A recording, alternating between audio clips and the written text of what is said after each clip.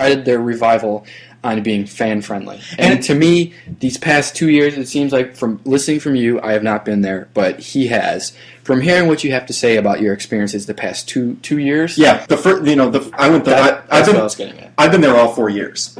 And the first 2 years, I was coming home with Jonathan Toews, Duncan Keith, Brent Seabrook, Dustin Bufflin, all those guys, Nikolai Khabibulin, all those big names. Yeah, and that's a low. That's a haul. That's and I was awesome. coming back after one weekend with all those players, and then suddenly they win the Stanley Cup, and bam, nothing. You can't get anything. And last year I came home with 5. This year I came home with 2. You know what? To me, though, that's not as surprising. As soon as it's not surprising. They hit the big time, they win it all. It's like, whoops.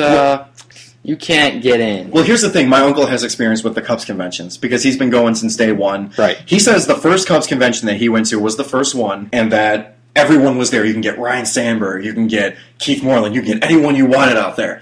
And then suddenly around the late 80s, they win the National League East in 1989, and suddenly nothing. This has John McDonough written all over it. Making the players a little harder to get, making fans can't make as much money as they used to on autographs. Me, I don't sell. I just collect. I like to have the collection. I like meeting the players personally. But as far as I'm concerned, it has John McDonough written all over it. I think that as soon as they started tasting the success that they were having, they realized that, you know what, we're getting this awesome success the first 2 years. Yeah. Let's change it up a little bit and try and milk a little bit more money out of the people. That's what it sounds like to me. It's a total business decision, and it's crap because the conventions are meant for the fans. Well, apparently, yeah, it's not. Well, you know what happened last year? One of my theories was that they would have the Stanley Cup on a stage by itself on the Friday evening and the entire Saturday. They have the Stanley Cup on a photo stage. Do you realize how much money they could have made if they had the Stanley Cup on a photo stage for all the people that wanted to touch it to get a picture with it?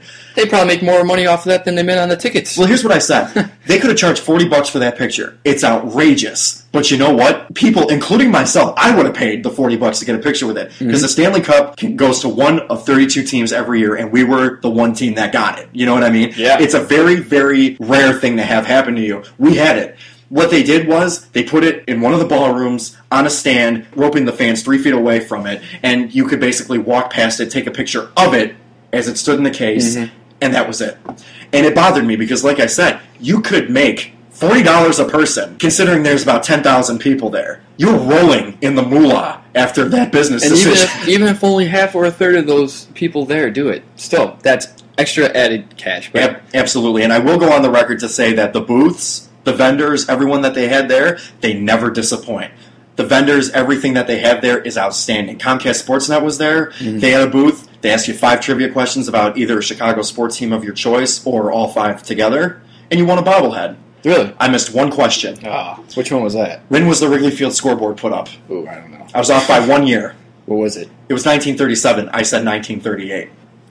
Jesus Christ. Yeah, I know. I missed one. I could have gotten a Starlin Castro bobblehead if I got that. Wouldn't it, though? They were giving bobbleheads away to the person who got all 5 right. And I did see some. They had Joe Kim Noah's. That'd be cool. It would, yeah. Those. Absolutely, but I will say this much. If you weren't going for autographs, I'm sure you had a very good time because the vendors were excellent. And if you're a little fan that wants to meet the favorite player but can't, it was like heaven for a Blackhawks fan there. And I guess that's all that matters. I'm an autograph hunter. I was bitter by the experience.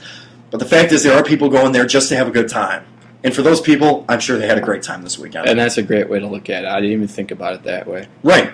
Yeah, I'm looking forward to continuing with this. This is going to be a great installment every single week. Absolutely. And over the middle of the week, we are going to have our website up and running completely. We're going to have our social networks, Facebook, Twitter, Tumblr, you name it. We will have a network for it. And, I'm just looking forward to doing the next podcast with you next week. Yeah, and as am I. So, you know what? Check us out. Pass us on. Spread the word. This could only get bigger. This could only get better. And you know what? We need to go out to Wrigley Field and U.S. Cellular Field and see what kind of advertising we could do. Yeah, you know what? Look out for us. You might see us. Keep an eye out for us because we may be at your ballpark very soon. But for Sean Sullivan, I'm Zach Bernard. This is Windy City Sports Talk. Stick around next week because we'll have more great Windy City Sports Talk for you then. Take care, everybody. Yep, see you later.